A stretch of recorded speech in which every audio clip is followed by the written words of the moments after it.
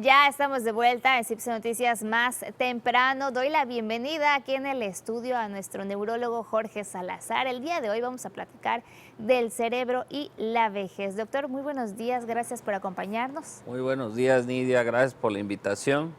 Pues sí, el tema de la vejez y el envejecimiento cerebral, pues es motivo de muchos estudios, ¿no?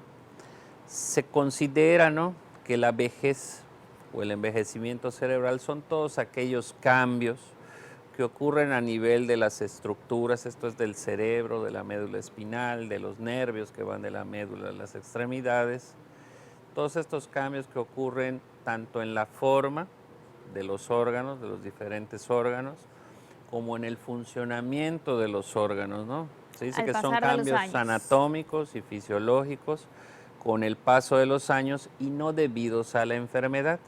Porque pasa algo bien curioso, ¿no? Cuando hablamos de vejez, casi siempre la gente lo asocia a enfermedad Sí. y no es así.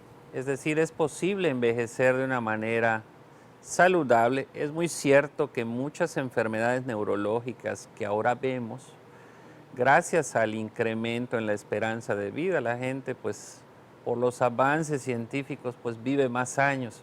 Sin embargo, eso no quiere decir que esos años sean vividos, pues, con mayor calidad. Y entonces, por ejemplo, vemos que hay un incremento en el número de pacientes con Alzheimer o Parkinson, o escuchamos que hay más casos de depresión.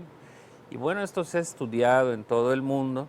¿Por qué? Porque el número de gente que entra a esta etapa de la vejez, que en términos generales estos cambios van a ser más evidentes arriba de los 60 años, bueno, pues se está incrementando de una manera muy importante. Entonces se espera que todas estas enfermedades pues sean muchísimo más frecuentes y obviamente va a ser un reto para todos los médicos, para las diferentes especialidades, pues encontrar ciertas enfermedades neurológicas, pero pues se ha visto que los hábitos de las personas de alguna Influyen. manera, por supuesto, influyen en estos pacientes de edad avanzada para que presenten o no enfermedades, como por ejemplo, pues yo te podría decir, por ejemplo, la alimentación.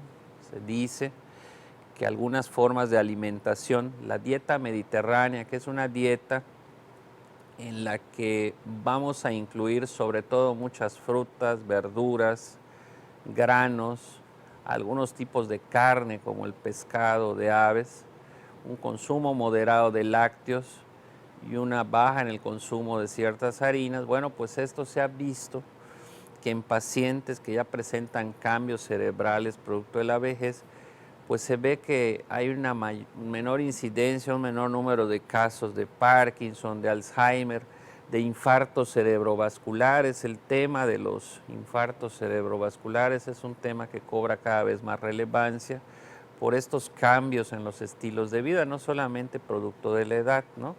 La práctica regular del ejercicio es muy importante, ¿no? Por ejemplo, el salir a caminar, el mantenerte en tu peso, o por ejemplo, ciertas actividades sociales, ¿no? Con la edad la gente tiende a aislarse un poquito, ¿no? Y a interaccionar menos. Bueno, pues el mantenerse socialmente activos, el estar conviviendo, pues en la familia, con los amigos, en los círculos sociales, pues de alguna manera favorece un envejecimiento saludable.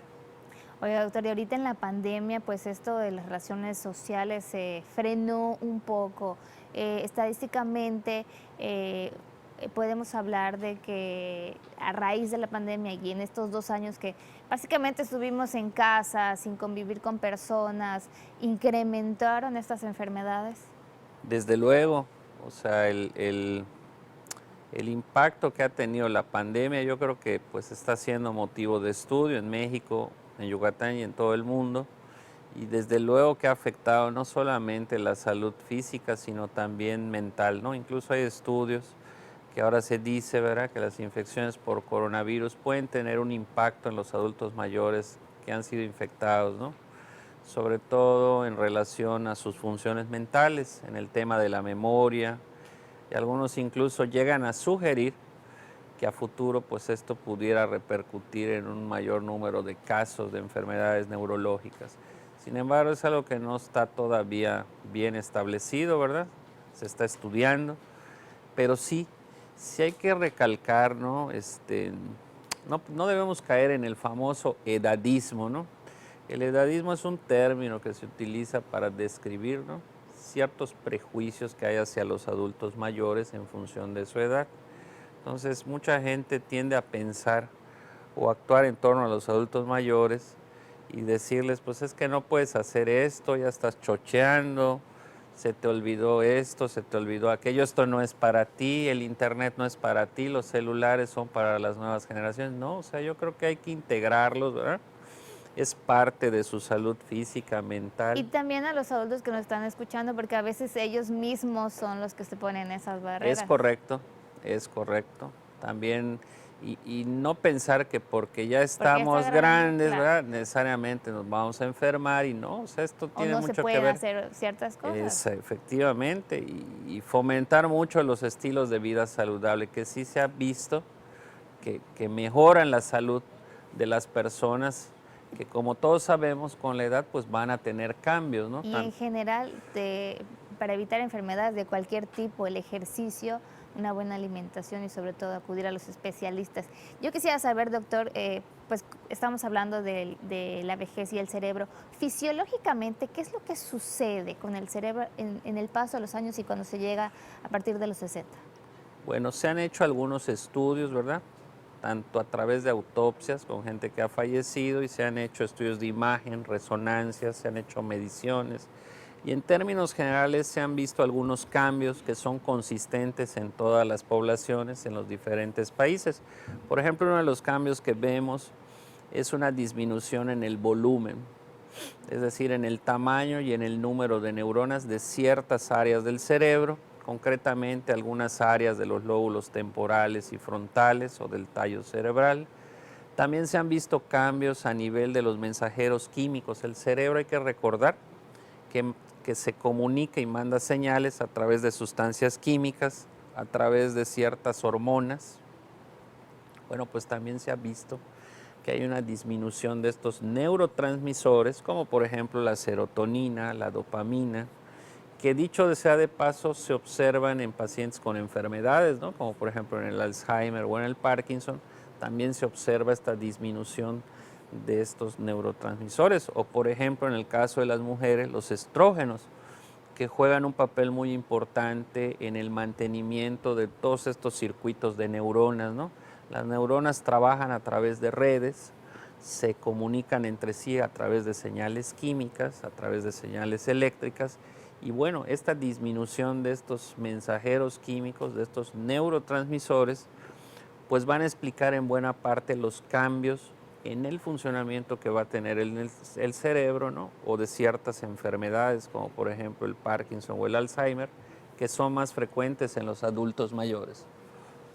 Pues doctor, muchísimas gracias por habernos visitado. ¿Alguna recomendación final para quien nos escucha? No, pues agradecerte a ti y a todo el equipo de CIPSE, ¿verdad?, la invitación aquí los jueves para hablar de estos temas que yo creo que es importante que la gente conozca, ¿no?, en cuanto a la salud cerebral y del sistema nervioso. Y sobre todo acudir con los especialistas, como siempre lo decimos. El doctor Jorge Salazar es nuestro neurólogo y pues si usted requiere de algún tipo de orientación o alguna información, nos puede contactar y con mucho gusto le proporcionamos el teléfono del doctor. Muchísimas gracias, doctor. Muchas gracias, Nidia. Vamos ahora con Humberto, que tiene información importante. Humberto.